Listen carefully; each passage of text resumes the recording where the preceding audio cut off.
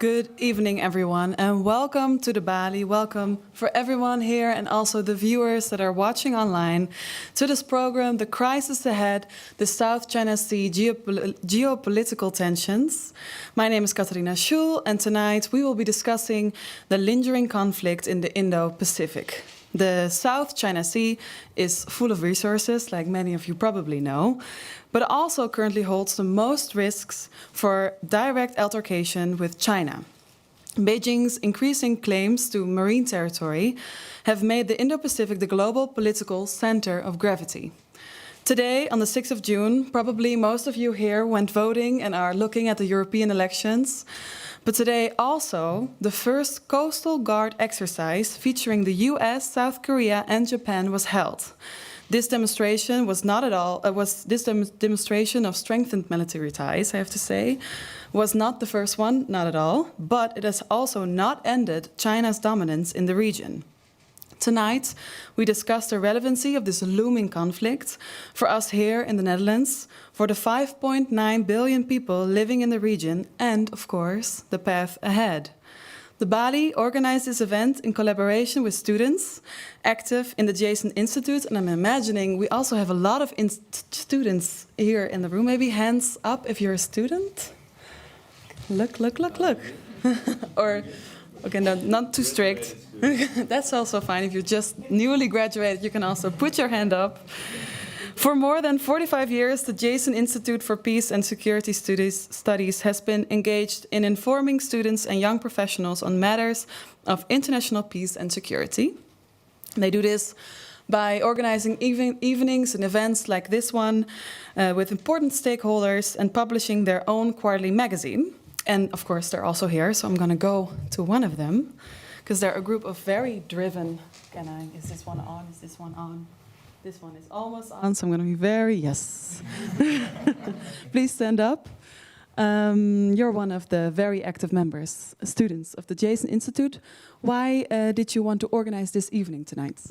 Yeah, thanks. Also, on behalf of Jason, welcome everyone. Happy to see so many here.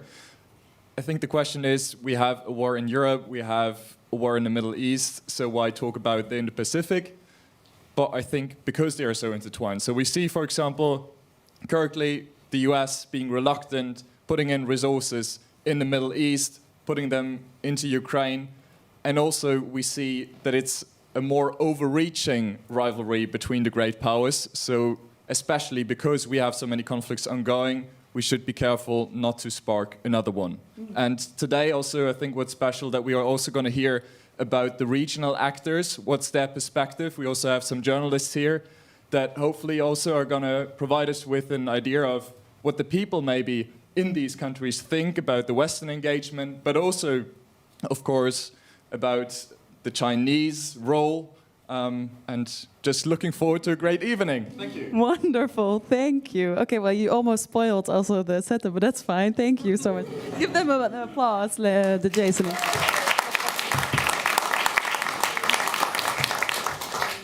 All right, we have, as already mentioned, we have several panel discussions too, in fact, later on. But for now, we will listen to an opening lecture from Neil VRA with his take on the conflict. Please already stand behind and I will introduce you furthermore, because Neil VRA is a retired captain from the Royal Netherlands Navy.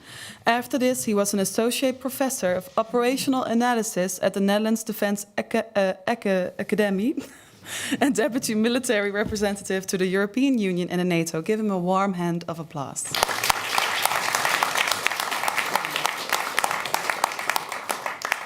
Thank you very much, Katrina, for your very kind words, your introductory words. And it's wonderful to see so many young people. At the start of my career, you better not go to Amsterdam in uniform. Well, some people are above 60, you can remember that. So I will make a few introductory remarks before we'll go into the panels where we can further elaborate the topics I will allude to. Katrina already mentioned the elections, so we are going to start with a poll. I'm not going to ask you which party you voted for, obviously, because that's secret. But who amongst you was eligible to vote anyway today? How many can I see who was eligible? So the majority of you was eligible to vote today. Yeah, of course, if you're a US citizen, you were not allowed to vote today. How many of you actually went to vote? Wow, I'm very impressed. This is probably above the average. By the way, there was a voting station here in this very building, so you have until 9 o'clock. So if you want to vote, it's still possible, but probably maybe your ticket was not for this venue. Personally, I do hope you voted for a party which is in favor of a strong, united, collaborative, cooperative Europe. I sincerely do hope that. So I'm not going to ask you what you voted for, but that's what I hope for. And if you didn't go to vote, I do hope that next time you'll be eligible to vote, you will vote for a party which is in favor of a strong, cooperative, collaborative, unified Europe. Why do I say this? So I'm not really talking politics, a little bit. Because, and we may further elaborate this at the table, I believe that a strong, united, cooperative Europe is one of the solutions to the challenges which are ahead. Challenges with autocratic systems, and of course when we think of those systems and leaders, we think of Russia, we think of China, but you might think even about the United States from November this year onwards. So let's have that very clear on our mind, that democracy is maybe the best medicine against autocratic systems. I will go into a few topics before we will discuss that at the table, and just mention a few things because we can further elaborate, as I said, during the panels. So I'm going to talk a little bit about the South China Sea. I'm going to talk more specifically about Taiwan. And I'll talk a little bit about Chinese strategy in general. So I'll start with the South China Sea.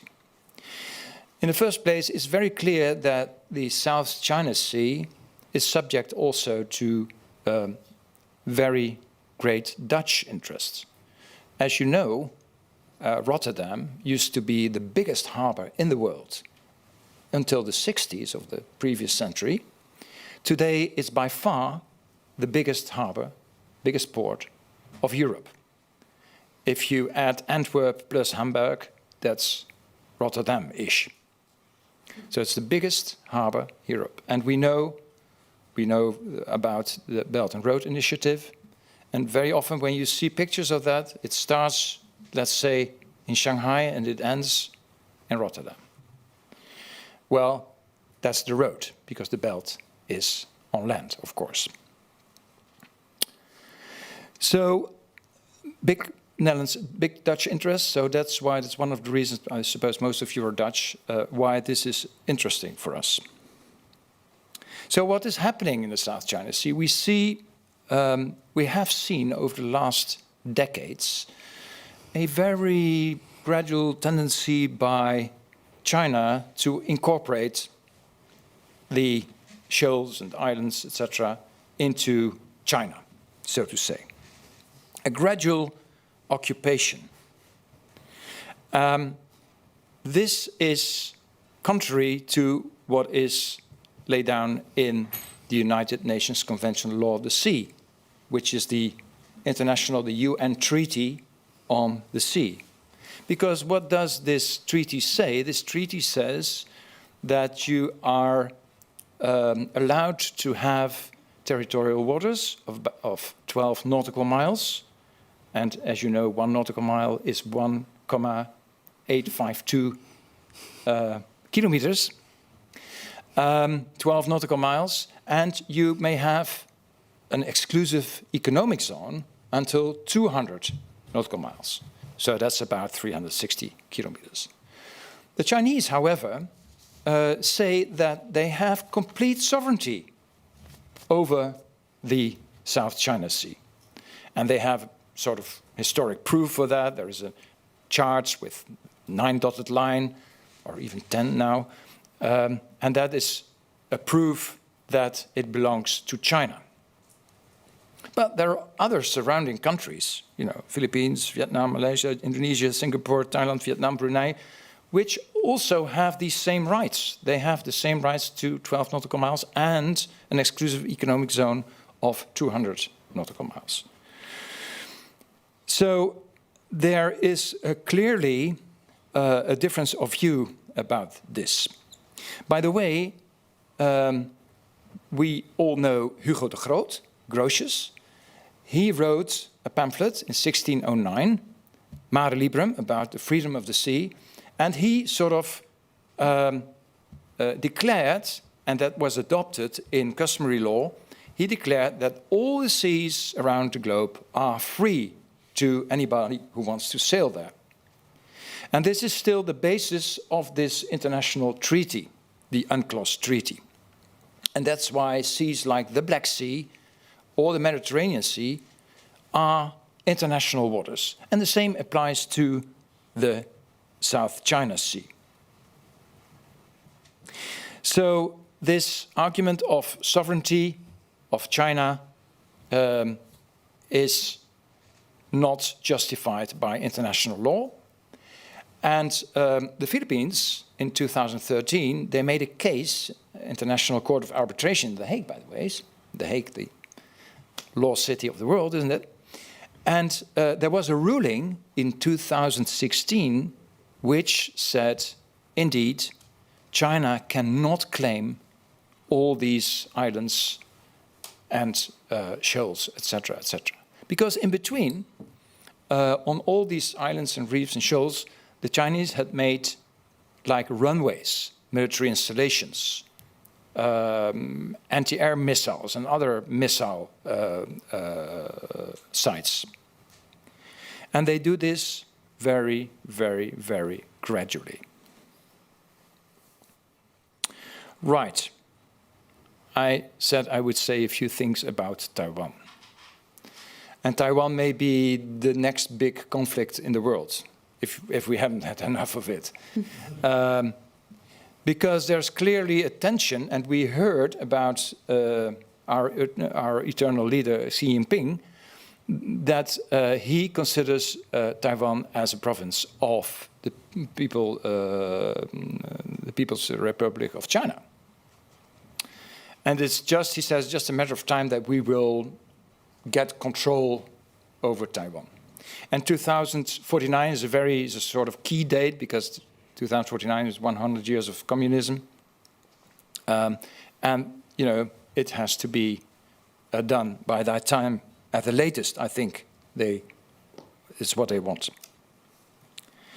Did you know, by the way, that last week there was a Dutch frigate, His Netherlands Majesty's Tromp, which is an air defense and command frigate, which sailed through the Strait of Taiwan.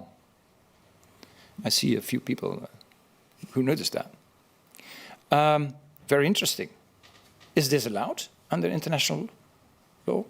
Well, we can discuss that at the table, but I can also already give you the answer. It is allowed.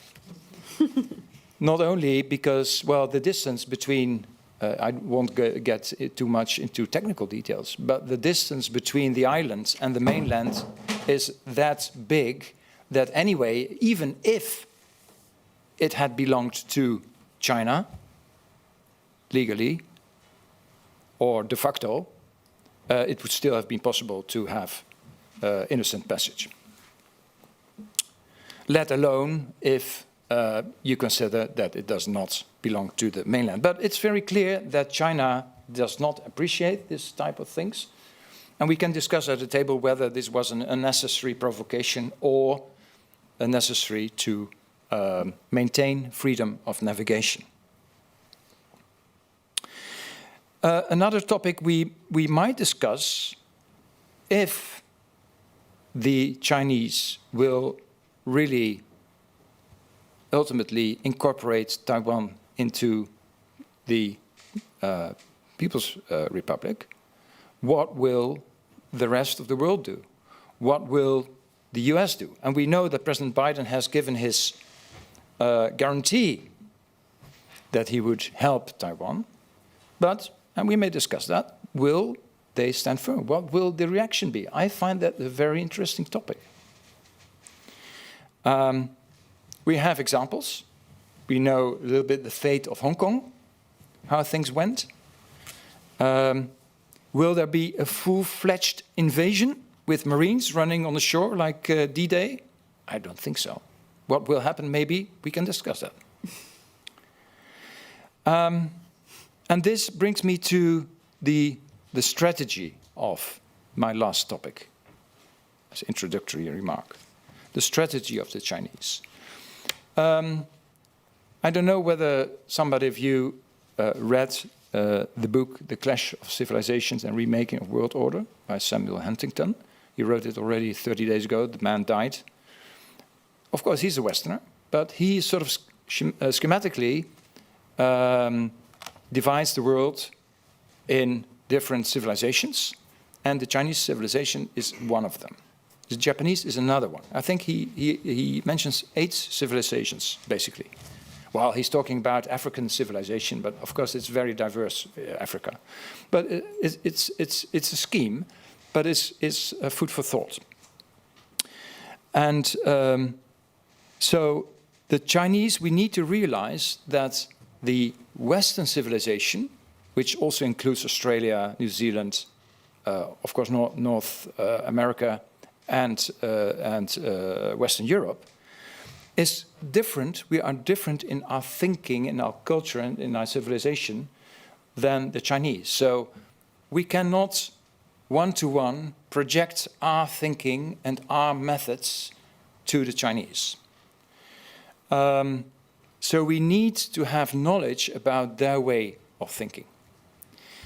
And of course, there was a philosopher, Confucius, but there was also a strategist, Sun Tzu. I've got a book in my backpack, but it's Sun Tzu. It's a little book. It's called The Art of War, and you really should read that.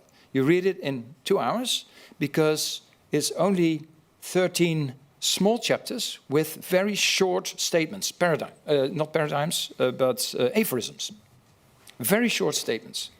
And they're very, very, very profound, very often. I'm pretty sure that if the generals of the First World War would have read Sun Tzu, they would have probably had a much more maneuverist approach to warfare. But they didn't. Von Clausewitz didn't know Sun Tzu. Mahan didn't know Sun Tzu. Mahan, you know, the well-known American strategist. And others didn't either. There was a translation of The Art of War, Sun Tzu, in French already in the 19th century, but there was an English translation at the beginning of the 20th century. And it only became well known, I think, only after the Second World War. But if you read Sun Tzu, you can understand a little bit how their thinking is and why they react so differently to warfare than the Russians, for instance. You know, the Russians, especially the invasion of 2.5 years ago, was indeed a full-fledged invasion. The Chinese will probably not do that. And we call that, of course, you know, playing chess on different boards, we call that hybrid warfare, which means that everything can become a weapon. Also, an exchange rate manipulation can become a weapon. Or a cyber attack, be it simple DDoS attack. But also, you can, of course, organize simultaneously different attacks in the physical world and in the virtual world. And if you have this coincided, probably in this country, we will run in big trouble. I remember a day, a few months ago, that the Dutch railway system, they had a bug in their system. But the whole railway system was down.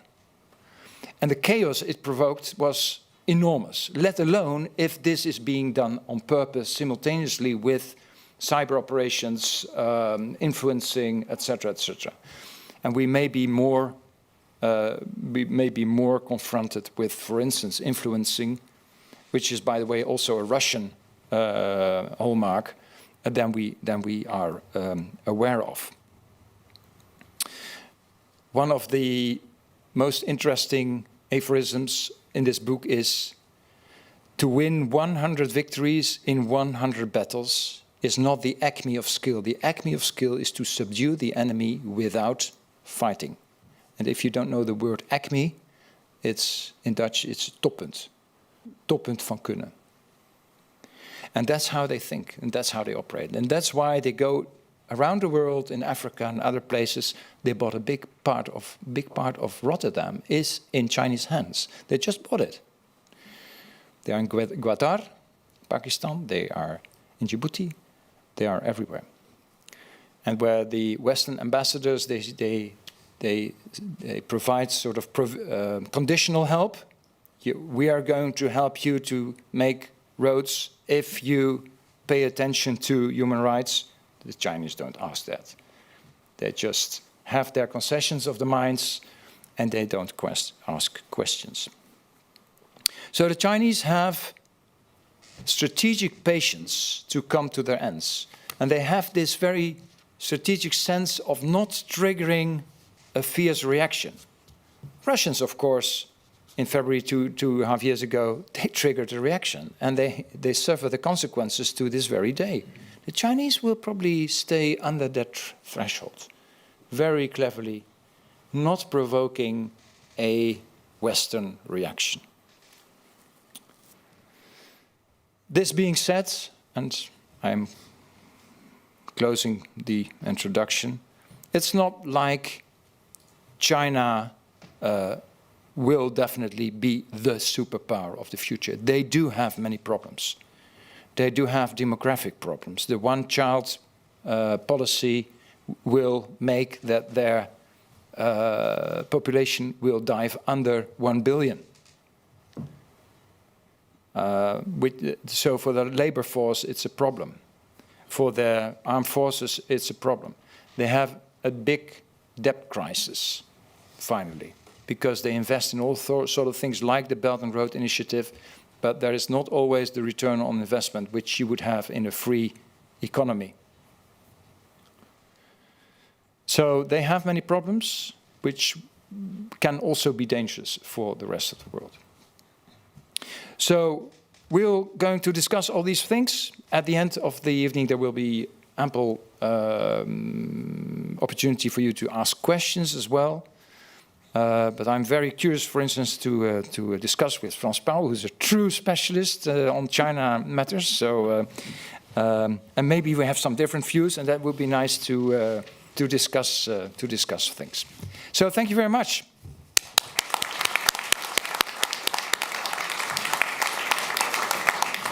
Thank you, Niels. Please take your seat for the panel. And I will invite also to come forward already Frans Paul van der Putten and Benedetta Girardi, while I will introduce you furthermore.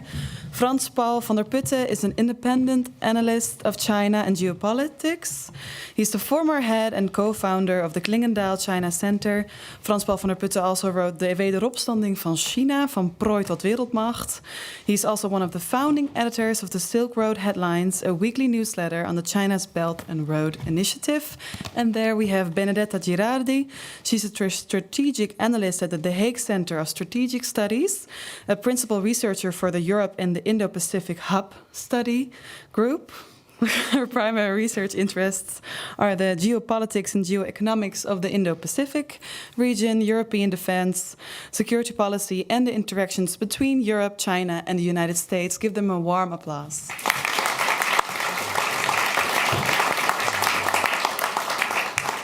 Thank you very much for being here. We already heard a lot from Niels here about the strategy and the things that are happening right now in the south, in the South China Sea. Let's start with you, Frans Paul van der Putten. How did you listen to this introduction by Niels? What did you hear something new, maybe?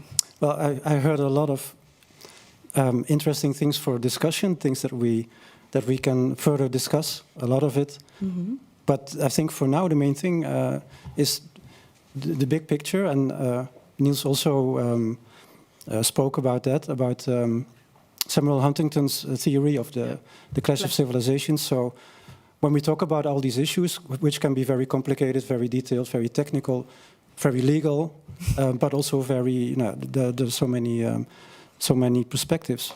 But the big picture, I would say, when I think about it, so when you talked about it, it made me think, how do I look at this?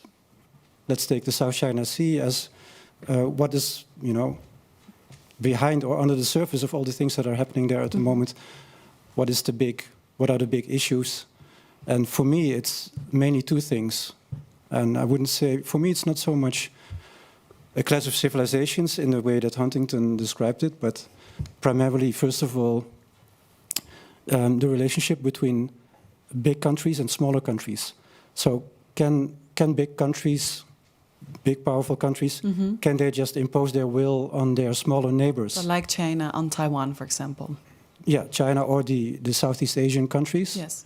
And the other big issue for me is also very central to the dynamics in the South China Sea, the clash between the United States and China. So the clash between two big powers.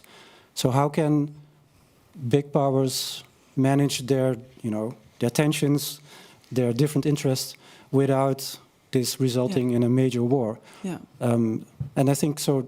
These two things come together, and international law is one of the, ways that have been invented to try to regulate this, but it only works to a certain extent. Before we go into all the details of international law, which also might be another completely new evening that we have to organize here, and we maybe, Benedetta, I'm curious for you. Why is this looming conflict in the South China Sea important for us, for the people that are sitting here? Can you maybe elaborate on that? Yeah, absolutely. And I think Niels and Frans already sketched a very good picture about the global importance of this region and this conflict. And I think clearly Europe has an interest in it, Europe as the EU, but also including Great Britain and so on. Because of two main factors. First is a clearly visible one, the economic factor, the economic interests that Europe has in it. Around 60% of the world GDP is currently generated in the Indo-Pacific. Much of that trade generating this GDP passes through the South China Sea. And Europe has a clear interest. Its exports and imports from the region summed up go over $800 billion per year. So that's incredible. But the other reason is security interest. Of course, Europe, being a collection of small, medium powers, has an interest of maintaining a multilateral order and avoid the escalation of great power competition, considering that Europe is highly dependent on China economically, but still depending on the US for its security provision. So it has a lot of interest in a region that is far away from home. Thank you. Well, maybe let's zoom in on one of these countries in this region, and which is unfortunately, I think, not on this map. It's Taiwan. That was also already mentioned by Neil VRA. Because if I'm correct, Frans Paul, maybe you can explain this. Right now, China is becoming more and more aggressive towards Taiwan, and Taiwan also vice versa towards China. Can you maybe tell us what's happening there? Well, the problem has been there for a very long time, already since 1949. But the big change between then and now is that China is becoming stronger. And so the intention of China is to unify, to incorporate Taiwan into the Chinese state, People's Republic of China. And so the intention has been stable, but the power that China has to achieve this has been growing.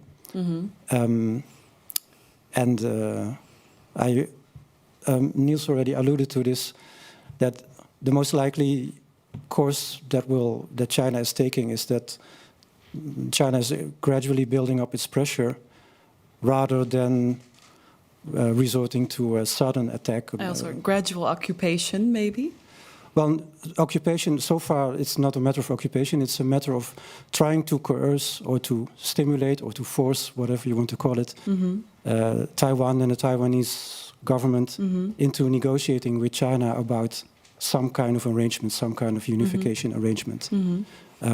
It's still, I think, still far away, but China is building up all the time, continuously building up the pressure on Taiwan.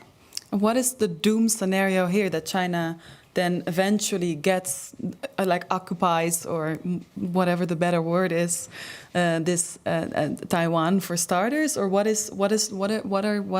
should we be afraid of? I would say for us in the Netherlands, number one is that this leads to a major war between China and the United States. Yet, so not so much the inclusion of Taiwan into China, which also is not something that would be favorable, but China attempting this, and that this leads to a war, and also that if this leads to that kind of crisis, that it has an impact on our region, and that it also affects our relationship with Russia, which, you know, could become even more dangerous. How could this affect our relationship with Russia? Well, I think one of the big topics for us today to discuss. Yeah. Regional stability in Europe and regional stability in Asia are interconnected, increasingly so, because of several reasons. One is the relationship between China and Russia, which is a very important strategic relationship, and the other one is the fact that the United States is a major player here and a major player in Asia, and the question, and what is increasingly being discussed in the US is whether the United States will still be capable in the future to use its power to achieve its aims in several regions at the same time. Can the US continue to protect Europe from Russia and at the same time protect its allies in Asia from China? Do you agree? Do you agree with this?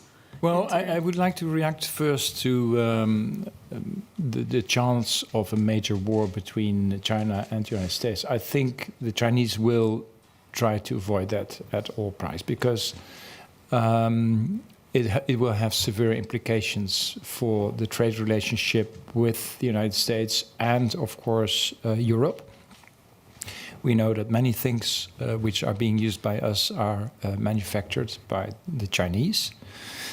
So I think they will indeed gradually strangle Taiwan. And the Chinese are in the fortunate position that it is an island. So physically it is possible to have a blockade, an air blockade, but also a sea blockade. And Taiwan is very dependent on China for all sorts of provisions. They are important trade partners. People very often don't know that, but they are. So I think if we watch Hong Kong more closely, there too you see gradually, by lawfare, by all sorts of hybrid warfare, that they have strangled now completely Hong Kong, I think, and they will try to do the same with Taiwan, and eventually try to have a puppet regime in Taipei. Yes. Without necessarily invading or whatever, but just gradually incorporate Taiwan into their power, and staying below this threshold of provoking a fierce reaction from the West. And this does call for the question: what should we do if we are watching this stranglement, this ongoing pressuring from China? Is there something that the EU should do more or not, maybe? What do you think, Benedetta? I think two main points here.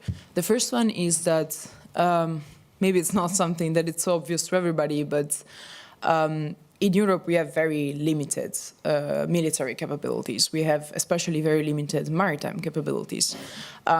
So everybody, when you mention intervention, thinks about, again, sending ships and so on, but we have very limited opportunities in that sense. I think sending the LCF frigate was a powerful signaling It's happening right now. Exactly. It's a signaling move, but it's not something Europeans don't have the means and capabilities to actually provide protracted military support in the region. What it is very interesting that I think Mr. Vatra brought on is this economic dependence that actually, as you rightfully underline, it's more of an interdependence. And there, I think it's where Europe has more a right to play. I think the EU is a major economic power, definitely not a military power, sadly. And that's, I think, what we're going to see increasingly in this, maybe strangling, as you rightfully said, is also a weaponization of the economic interdependence. A weaponization of the economic. Yes, and that's also where, again, Europeans have more means in terms of economic tools. They have a bigger toolbox in which they could, from which they could pick. What is in this toolbox? What kind of things do I need to think of? When I say economic toolbox, I mean things like export controls, export ban, restrictions on foreign ownership.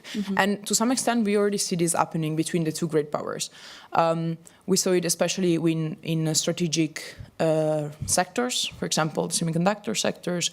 We saw the CHIPS Act in the US and subsequent updates of that, restricting foreign ownership, augmenting controls on import and export for some countries. And we also saw it on the Chinese side with the export controls on gallium and germanium, which are critical raw materials needed in the fabrication of semiconductors. So this kind of tools, and again, they're already in use, and they're already very much relevant. And some of these... Are they working? Well, the problem with this tool is always defining the aim. Are they working in the sense of adding layers of controls to critical sectors, semiconductors, chips, stuff that is used to build cutting-edge technologies? Yes, they are.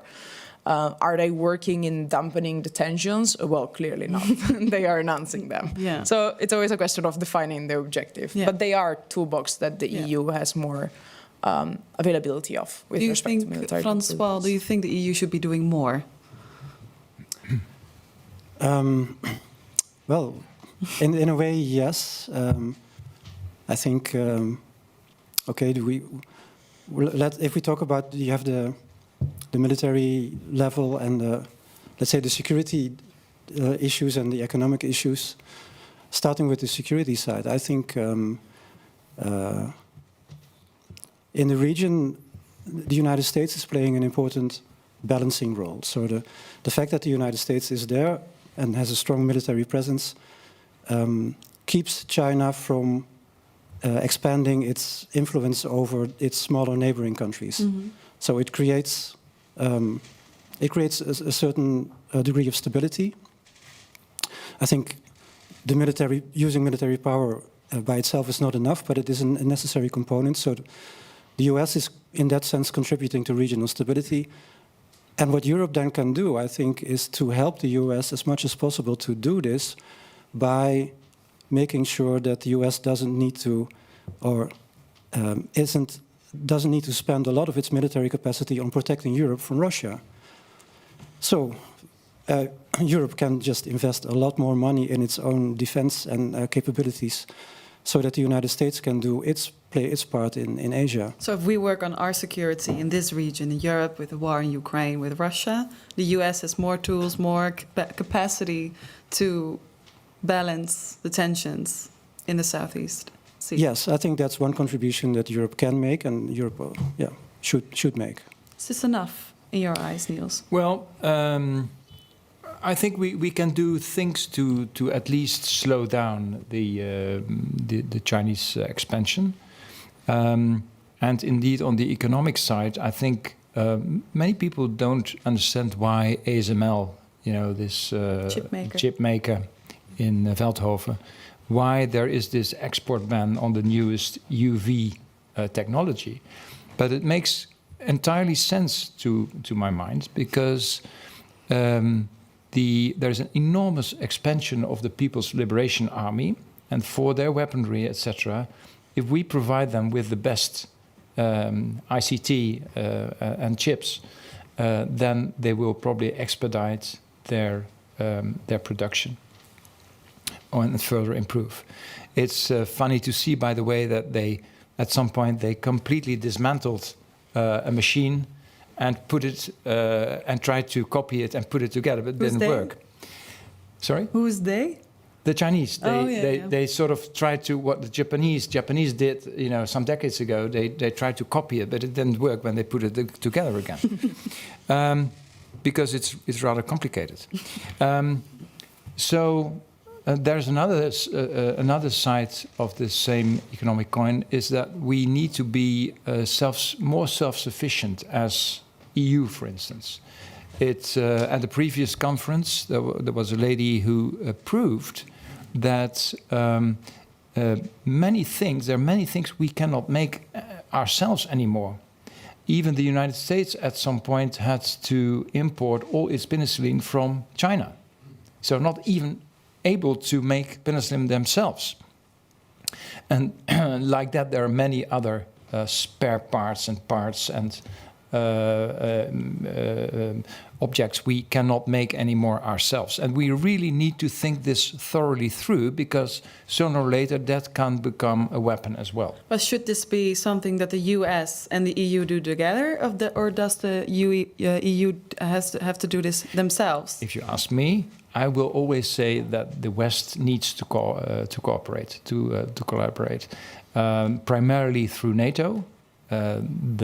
Europe cannot stand by itself, so we need the United States, and not only because we have not spent enough for our defense over the last decades, so we have made ourselves very dependent on the United States, but it's factual that we still need them very much today.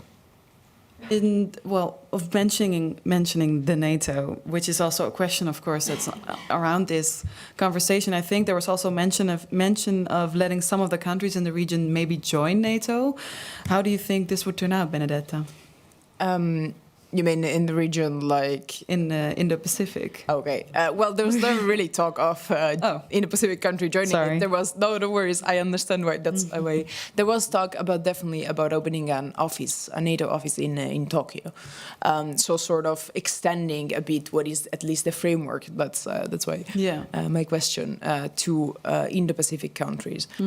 I think it is a bit of a tiptoeing game to be done there. Tiptoeing around China? Around the entire tension, Sino-American tension and competition.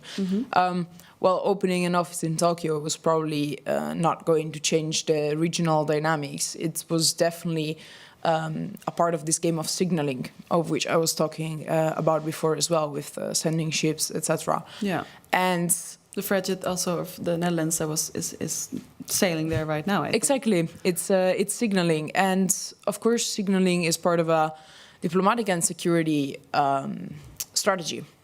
So I think while it is good to maintain NATO unity, etc., we should be very careful, especially with a war on the continent, on the European continent, of this kind of signaling that we give to the region, especially because I think, and here is where I also would like to maybe draw the focus of the discussion for a second. Yes, the two great powers competing in the region are the US and China, but this is a vast region that comprises so many other small and medium states.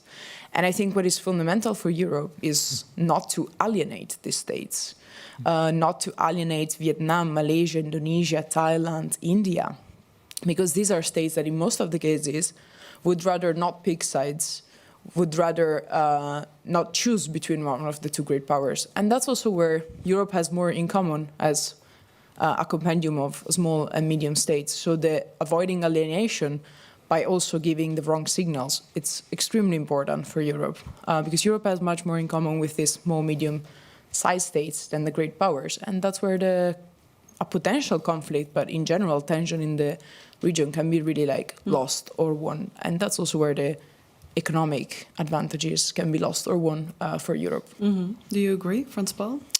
I agree 100%. Really, and because I agree, I also think that Europe, whether through the European Union or through NATO, should not have a military presence in Asia. First of all, because we cannot afford it, we need everything we have here to focus on Russia, but also for this other reason. I think Europe has a role to play in Asia, and it is not a military role. And by playing a military role, it weakens the more important role that Europe can have there, and to support all the countries in the region who don't want to choose sides between China or the US. But how long do you see this going well, given the rising tensions in the region? I mean, I understand what you're saying, and we can simply not afford to win two big geopolitical conflicts. We don't have the money, we don't have the capacity. I understand that. But how long is this really the only way? Because I'm wondering how long that can go well.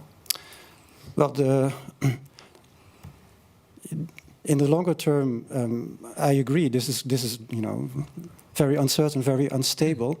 So what we have now is a balance between, on the one hand, the military approach, so U.S. and China deterring each other. With the ships and the... Yeah, and on the other hand, there is regional economic integration and cooperation, and I think you need both.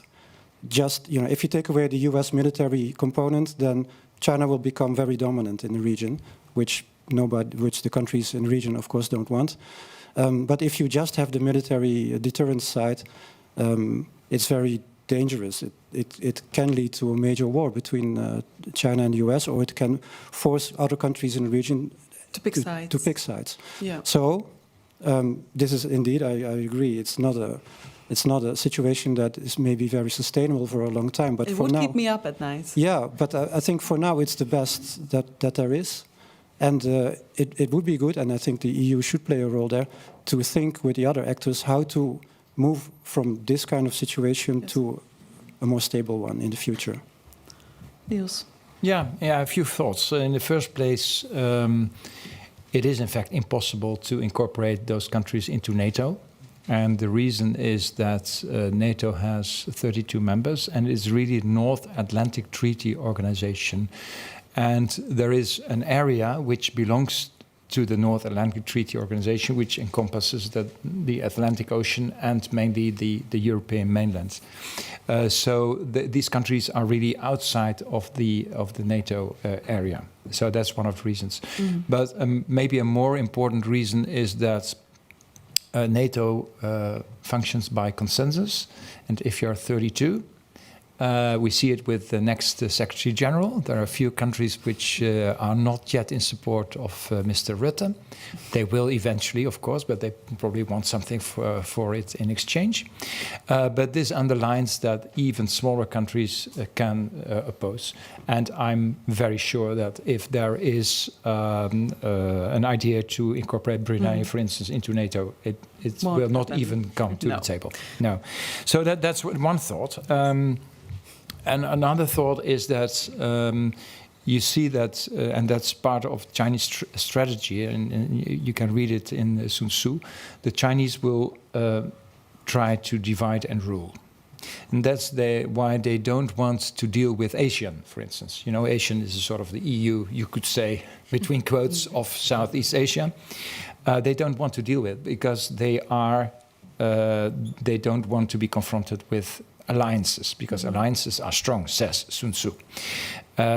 So they want to pick on individual states, and then they're always the bigger player, and that's how they impose their will. So it's important for us as well to have, with potential praise of the Chinese, to have good relationships with them. But do you agree with what Frans Paul was saying and Benedetta as well, that we actually should not focus too much with military response or military strategy from the EU in this region? Of course, because you always need, says Sun Tzu, not only to look at one thing in the whole spectrum of power. In the whole spectrum of power, you have economic elements, you have military elements, you have diplomatic elements, and you need to tick off all these elements always, but you should never neglect one of them. If you neglect the economic side, they will take you on the economic side. If you neglect the military side, they will have you on the military side. So it's very important to have the complete spectrum of elements of power, where the military is indeed the ultimate element of power, which you don't want to use at the end of the day. But you need to have it to be able to coerce and to deter. Mm-hmm. And in some sense, go on. Sorry. No, go on. And if I may, I think it's also good to specify that in the realm of military action, there's a spectrum there as well. There's something very different between sending a frigate and sending an entire carrier group. There is something very different between like doing joint exercises with several countries in the region and making drills simulating a Chinese invasion of Taiwan. There is a spectrum of military action that, Mr. Woutzer, you're definitely more qualified to talk about than me.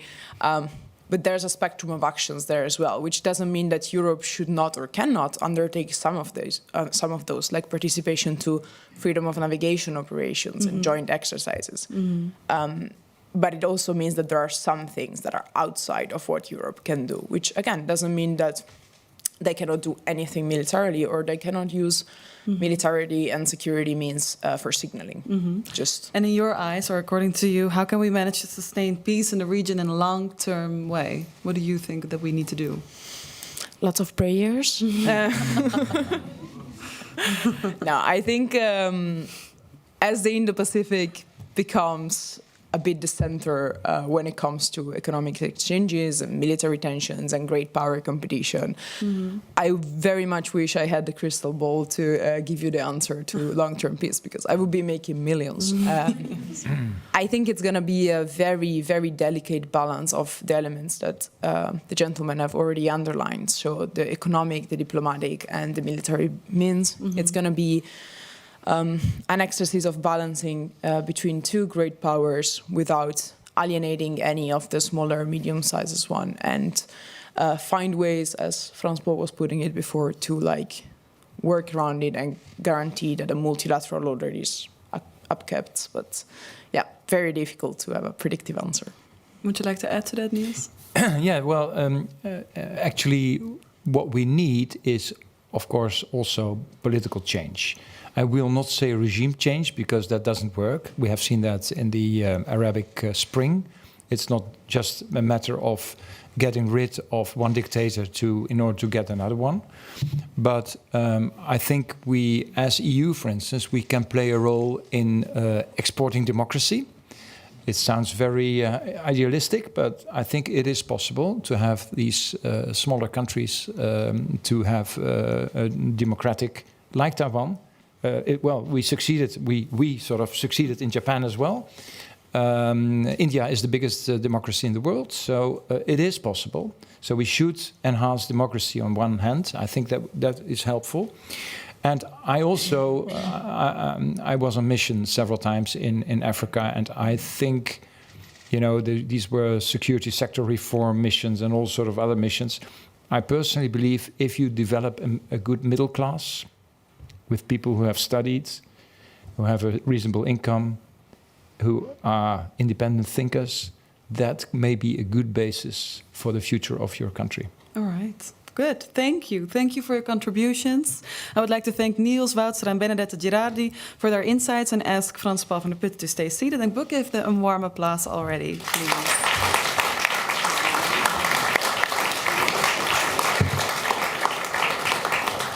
And I already would like to ask Saskia Koniger and Anoma van der Vede to join us on stage while I'll introduce you further.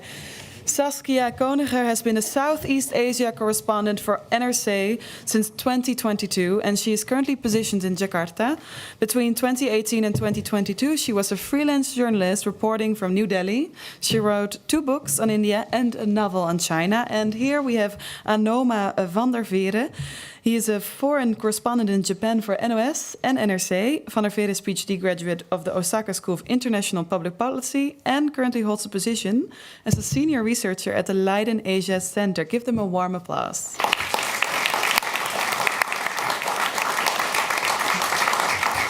What we're going to do right now is going to talk more, of course, about the Indo-Pacific, but also more about the impacts felt of these tensions within the region in these different countries.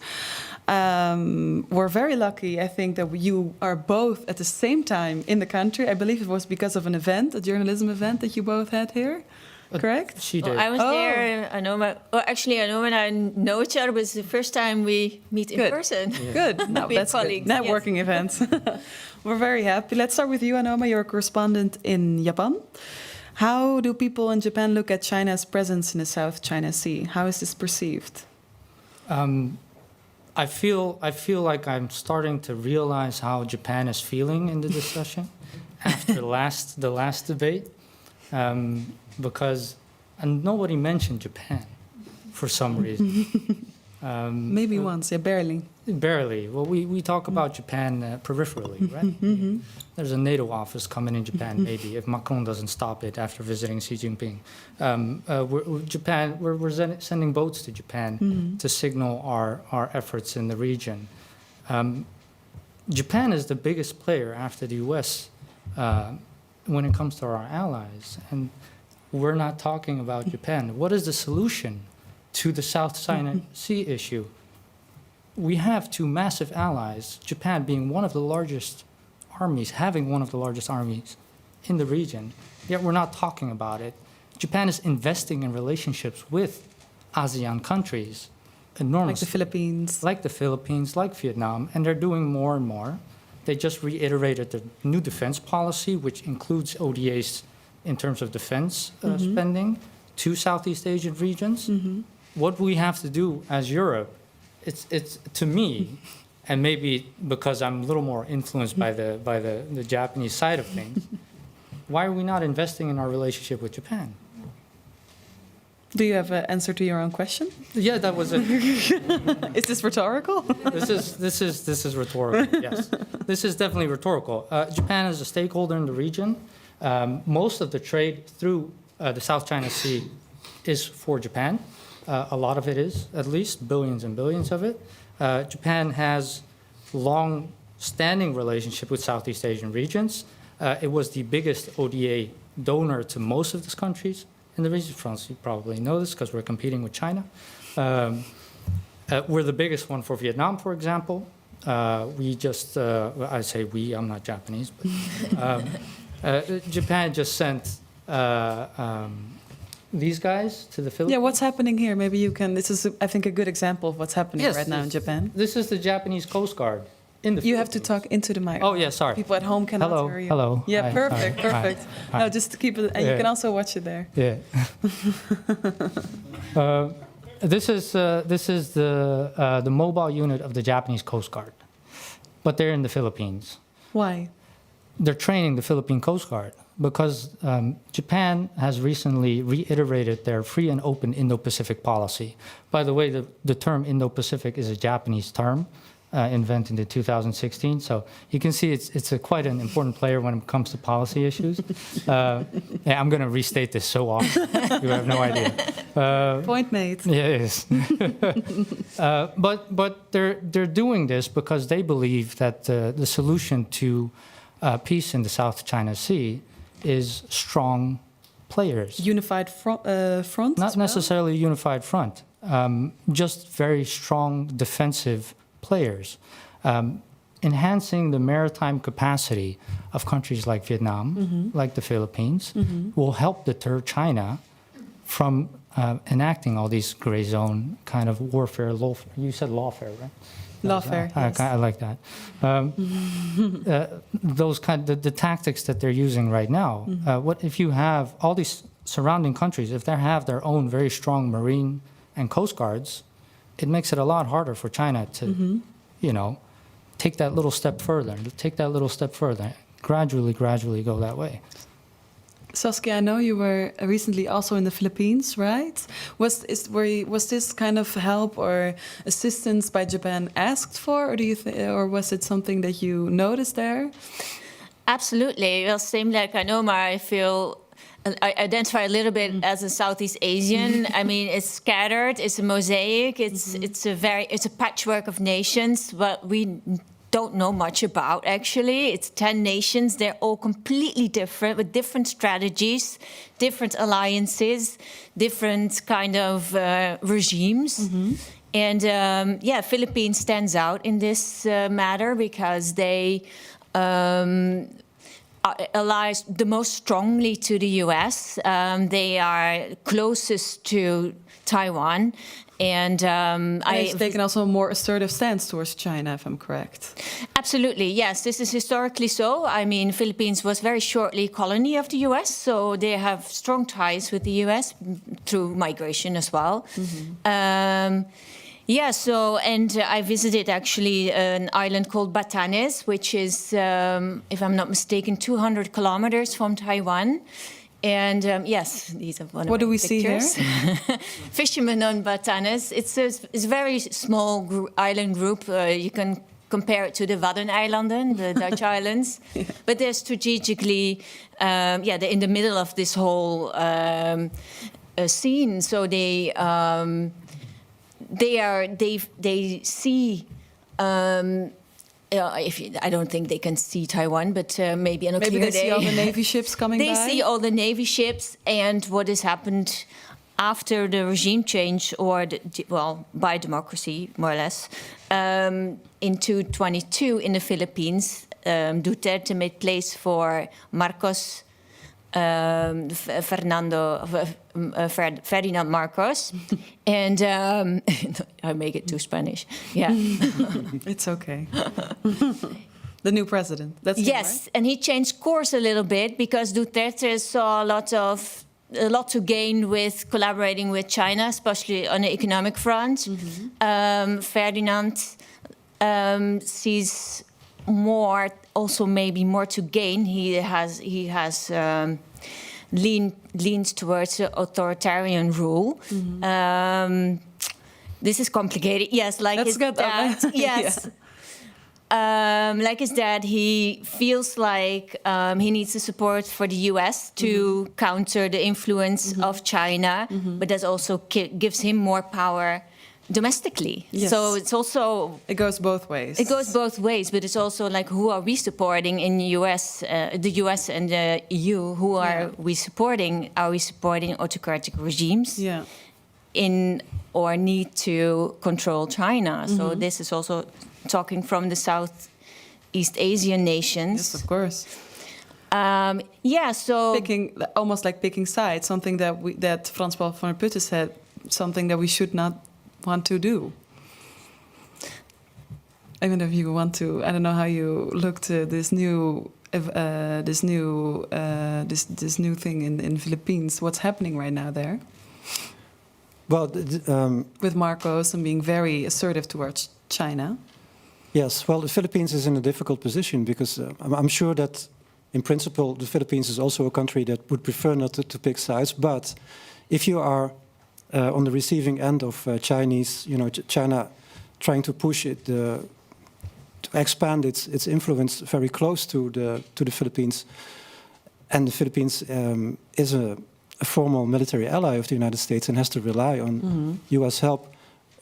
That country is in a particularly difficult position to stop itself from choosing sides.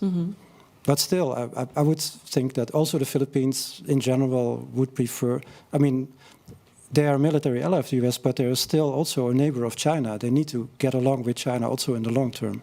Yeah, so the mayor I was talking to at Batanes, he said... Oh, we have a picture of that. You're making us a target. Yes, because Marcos is going very much ahead with his policy of collaborating with the US. So in 2 years, there's now 9 US military bases stationed on the Philippines. So before there were only 4. So there's also Filipinos who said, most of the Filipinos that I talked to are happy with the change of policy because they felt Duterte kind of sold their nation to the Chinese. So there was a criticism on that. So he had agreements with Chinese that not everybody agreed with. So they want to stand by their autonomy. We are an autonomous nation. And but Are they at the same time, welcoming the United States? yeah, they're welcoming their support and they're welcoming Marcos's more assertive policy. But it's also walking a tightrope. Like they don't want to egg on China, sparking a true warfare, because around Batanes there's constantly already accidents and some kind, fighting. What kind going of accidents? On. Oh, not accidents, incidents. Incidents. Yes, so there's some, the Thomas Shoals, there are some islands near the Philippines that is according to international law, within Philippine waters. At one of the shoals, the Philippines have stationed troops, and they want to supply these troops. And this has become like a little battleground. So the Philippines send their ships to supply the groups, and then the Chinese come with water cannons. This is the gray zone tactics, and shooting all the water at the supply ships. So, and then China says, we are doing nothing military, it's just water. So there's all these tactics that is... But making the work impossible. Yes, and keeping the men who are stationed there, keeping them hungry so they don't get their supplies. Even, I think, a few weeks ago, the Chinese seized some of the supplies and throw it in the water. And then the Philippines aim their guns at the Chinese, and that becomes a whole incident. Then China says, you aimed weaponry on us. So you are the one attacking us with military means, while we are only doing little teasing. That's not military. So it's a very Are there dangerous other game. people watching this? Like not just China and the Philippines, and maybe the Japanese are there as well, or maybe not. I mean, they're training the Philippines, but that's it. Maybe like who is registering this? Well, the Filipinos have their own counter policy. They call it the transparency policy. So they send ships with journalists also on them, but also civilian ships, like making a lot of sounds. They're making videos, putting it online. So they feel, for now, it's kind of working, but you can also say you put more oil on the water. So it's a very tense situation that's been going on now for 1.5 years. Is this similar for Japan or for the people there? How so? Is there similar incidents going on, or is Japan, because I'm also sensing a little bit of fear maybe here from the Philippines towards China. Is there also fear in Japan towards China? When it comes to the South China Sea, not Yes. so much. The South China Sea is taken as an example because if everyone wants to look at that map a little bit, I don't know if you can see where Japan is. Up. Yes. Very Yeah. small. It's very small, but it has a lot of military bases in that very small area right there. You just said that little island you can't see Taiwan. Well, you were talking about this fisherman island, right? And you just can barely not see Taiwan. Yeah, 200 kilometers, yeah. Yeah. Do you see Yonaguni at the end of that little row of military bases right there? I was there. You can see Taiwan. That's how close it all is. And a lot of people don't realize this, but there's a missile base in Ishigaki. They're building a new base in Miyakojima. There is a base now in Yonaguni. They're all brand new. Right above that, you see the little yellow dots. There's 50,000 U.S. troops based there. This is a massive military facility. They're just massive facilities everywhere, right? And you can see Taiwan, and you see the blue line running down. Right there is the Philippine Sea. That's the South China Sea. It's all stone throws away. So what Japan is seeing is not invasion into the South China Sea as something that is affecting the sovereignty of all these ASEAN nations, these Southeast Asian nations. They're seeing the East China Sea, or what they say is the Japan Sea, of course, depending on where you are. Yeah. They see that as the next step. And this is already happening. China has a record number of incursions into what Japan considers its own seas. near the Senkaku Islands, or what the Chinese call the Diaoyu Islands, which are just a little above Ishigaki. The Chinese Coast Guard have been there dozens and dozens of times over the last year. It's amazing how often they do it. And then the Japanese, they send their own Coast Guard, and this is why we see a battle of Coast Guards. There's a reason why the Japanese are training the Coast Guard and not sending their army, of course, because it becomes an international dispute if you send the army. If it's Coast Guard, you're acting within your own territorial waters. It's very tactical. So the Japanese basically doing the same thing as the Chinese, but they're doing it in the form of expanding maritime capacity of Southeast Asian nations. They're basically using their Coast Guards as the army, an extension of the army. And they're doing it from over there. You can see this one, this picture is also the same thing. This is the military base in Ishigaki building. They're building it right now. In construction. There's in construction. I went there, I talked to the locals, they are not happy. And this is where they actually feel the fear. Because this base will properly hold, probably, Tomahawk missiles. They have a range. What are those? Tomahawk missiles are American missiles. They're ballistic missiles. They go very far. Very, very far. Yes. As in, they can reach Beijing far. And of course, Japan has this idea of we only use them for defensive purposes. Like Americans say, we only have guns for defensive purposes. That's basically the rationale. But they're going to be stationed over there. This is a tiny, tiny island with 50,000 people. It's maybe 9 kilometers across. Once they start shooting missiles, what is the first target for China? Well, I mean, this base. Right there. So these people are terrified. What kind of people live on this island? They live, farmers. It's farmers mostly. They build pineapples. They grow pineapples. And there was never before a military base? Nope. They were just living their happy pineapple farm life. It's a tropical island. I went there on vacation to go to the beach. You can go swimming there. Beautiful. And now you look up onto the biggest mountain on the island, and you see a massive military complex.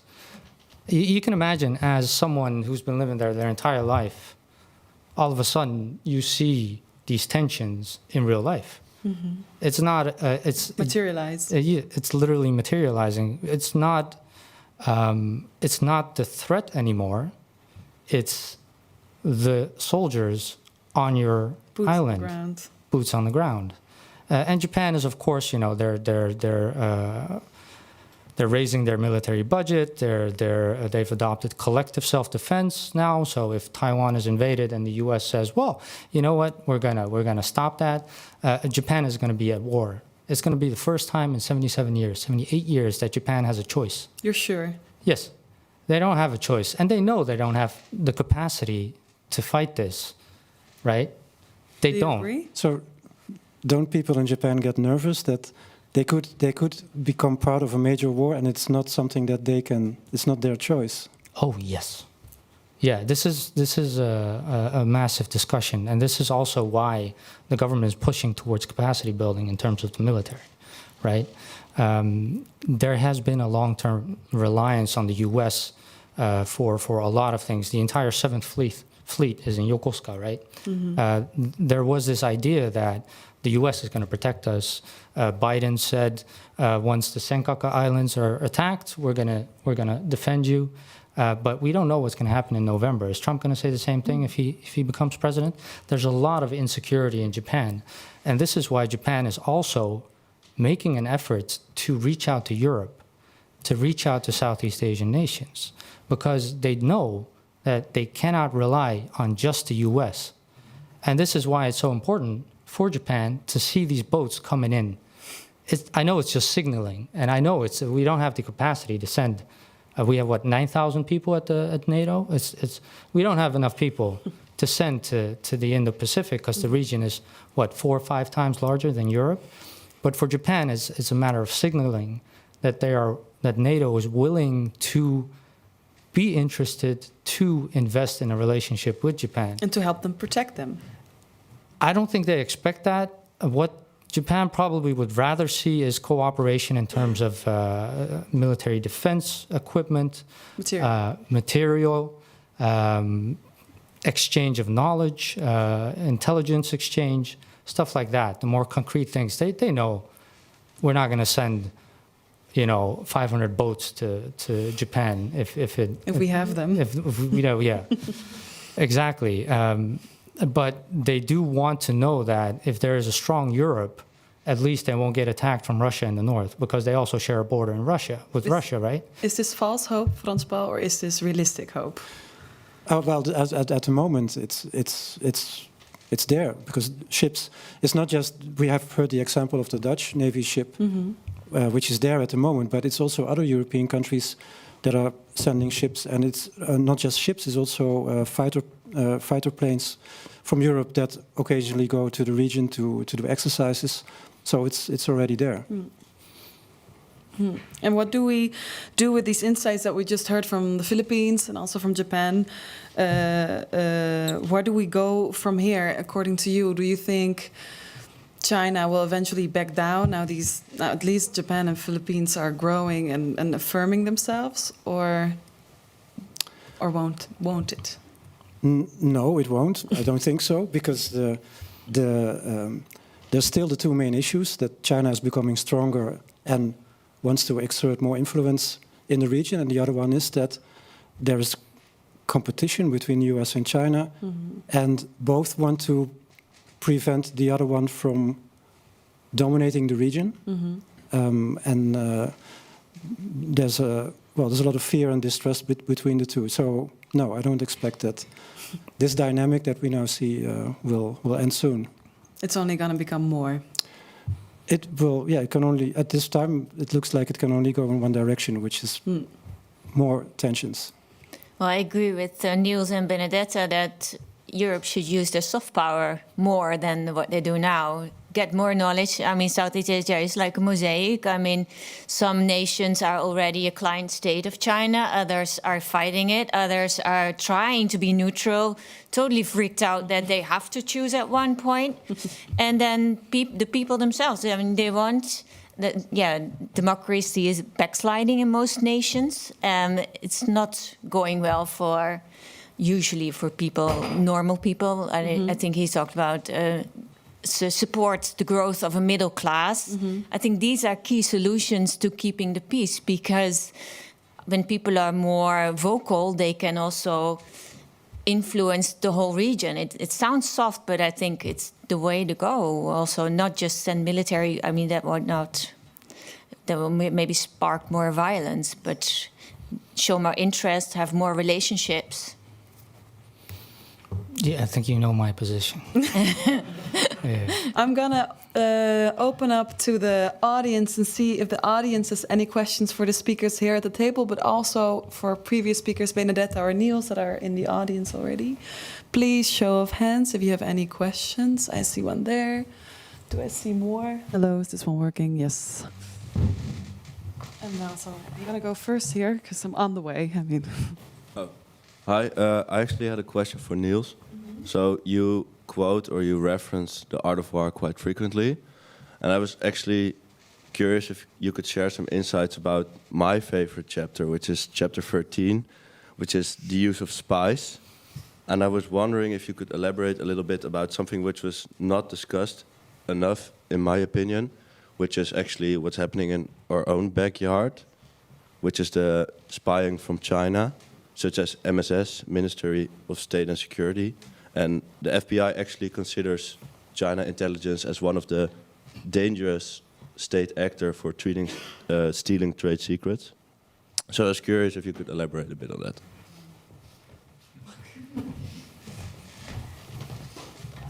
Yeah, here is the book. I'll keep it. Yeah, here's the book, The Art of War. And indeed, one of the statements is all warfare is based on deception. And of course, it's very important to have, for the Chinese to have spies. And you, indeed, what you're saying is right.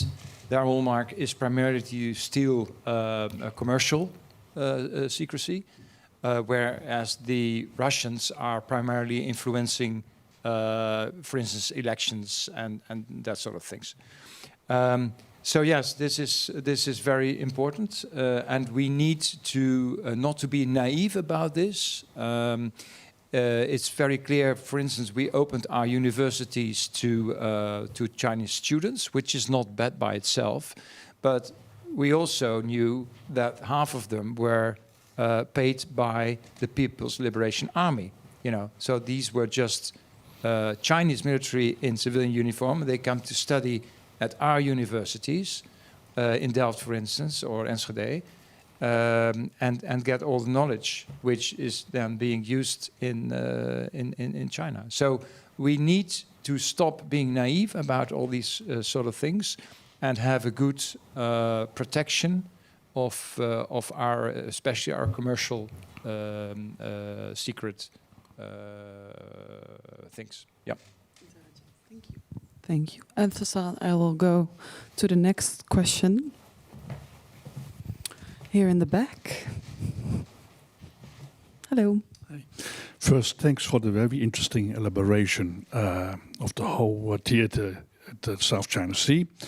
But during this discussion, I have missed two very major players in this theater. One is a very important American airline who is a major weapons producer in Asia, which is South Korea. And another one is a very important ally of China, which is a menace at the moment for the whole region, which is North Korea. I was wondering how you think about these two countries in this theater. Do you have somebody in mind for this question? See who wants to answer this. You want to go? You want to go? You want to go? Okay. Please start, Anoma, and then Frans Paul can add. All right. Yes, they're very important. The reason nobody mentioned them is probably because there's no one that was stationed there, or there's no journalists that are stationed in South Korea at the moment. Yeah. But I can answer from a very, very Japanese perspective, which is quite simple. North Korea is indeed an increasing menace to the region, and Japan has used it quite well, very pragmatically, to boost its own military. Where is? You're right in front of him. I'm just. Hey! Can you see me? Hey. So North Korea is for China, as far as we know, an excellent buffer state, exactly because it's in between South Korea and China, but it's also in between Japan and China. So for both, honestly, North Korea is quite a convenient little enemy to have, because it rationalizes a lot of defense policy decisions that these policymakers are making in order to invest more in their own capacity building. In terms of South Korea, there's a slight history between South Korea and Japan. I don't know if you're aware of it. Yes. They don't really like each other. Only recently they've started kind of pretending to like each other. And that's because, of course, President Yoon is very, well, I wouldn't say pro-Japanese, but definitely more open to cooperation with Japan. I think this is also part of the U.S. strategy of kind of pressuring both of these countries to cooperate a little more because of China. And Japan is basically reluctantly but willingly co-opting in this strategy because it knows that once something happens in the region, South Korea is its strongest ally outside of the U.S. So as long as there is some kind of openness in South Korea towards Japan, this cooperation will continue. But honestly, it's fickle. It's very fickle. Because if Yoon goes and another conservative comes in and says, hey, what about the comfort women? The half of Japan is going to be like, no. And it happens every 5 years, right? So it's a very hard relationship to maintain. And I don't think any consistency in terms of politics is feasible. But at the same time, consistency in terms of military cooperation is very much feasible. We see this now with the exercises. We see this now with the alignment of military command structures, which is also happening with South Korea. We see this in Coast Guard cooperation, even though South Korea and Japan have disputes with island disputes. So I do think that there is kind of a way forward there. But again, you know, we just need one thing, you know, one Japanese politician saying kimchi is disgusting or something, you know, it's literally, it's all we need for them to fight again. So we'll see what happens. Well, things can change. I would add, I was in Batanes interviewing a woman of the age of 102. And I asked her, because people in Batanes feared an invasion, as in World War II, of the Japanese, then now the Chinese. So I asked her, how was that? How did you prepare? Or is that still in the DNA of the people? Well, yeah. And then the neighbor said, well, yeah, she talked about how fearful she was when the Japanese came. And then the neighbor said, well, now things changed. Well, I guess now Japan is our friend. So yes, we want their help, and Japan is on our side. And then they were all agreeing. So they were themselves like, how weird is this? How this changes? Oh, I guess the same with Holland and Germany. We don't see them as their Nazi enemies. I think still, 50 right? years of giving a lot of money to these countries probably helps. Yeah. Are there any more questions from the audience? Oh, Did you there. wanna Yes, of respond? course. I was going to go to you, one of the students of the Jason Institute. If you please stand up. Actually, I have a question, if that's okay, first. Yeah. No, I do have a question. We lightly touched upon ASEAN as an important multinational platform in this region. And I was thinking about the future of the things we discussed here. And I personally feel like this is one of the vehicles that we can, or that the countries in the region should use to establish a security architecture to prevent a conflict from breaking out. But I feel, as far as I know, China's kind of, hijacking ASEAN or not really cooperating with this organization. Can somebody maybe inform us on how the relations between China and ASEAN are currently unfolding, and how that might influence the future of this security architecture if it ever comes about? Let's see who can answer this question most probably. Maybe Frans Paul or Saskia? So you are based in the region. Yeah. Well, it's been called the paper tiger, Asian. I don't know if you agree. Yeah, so What does that mean? as I said, the club of nations is like a mosaic. So one is leaning towards US, one is leaning towards China. They have completely different makeups, different religions. So they are not a stronghold, and they don't want to commit to each other only on certain aspects or an economic aspect, or so they will never be one united front. And yeah, now Laos is voorzitter. President of the ASEAN nations, which is a client state of China. So that it's kind of now limping a bit. Would you like to add something to that, Frans Paul? Okay, well, just that, yes, this is true, but still, I think the fact that ASEAN exists and functions does add something. It would be a very different situation if ASEAN would not exist as a regional organization, and if all the countries in the region would just be on their own. I think that would be much more, that would create a much bigger risk of regional instability, and actually countries feeling the need to pick sides. Yep. I'm going to go to you again, student of the Jason Institute, because I know you have one last remark for the people in the audience. Because of well, you can say it better than me. Yeah, well, before closing off tonight, I think you will do that. On behalf of the Jason Institute, we would all like you for coming out. Thank you to, we would like to thank you all for coming out tonight. That was all I was going to say. Thank you all for that. Thanks to our wonderful speakers on behalf of the Jason Institute as well.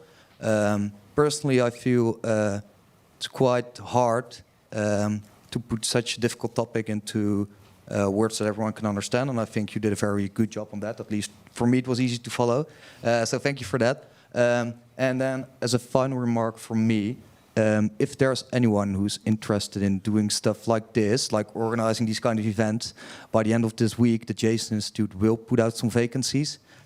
So if anyone is interested, well, I don't know, keep posting on our social media, LinkedIn, website, all those kind of things. And thank you for being here tonight.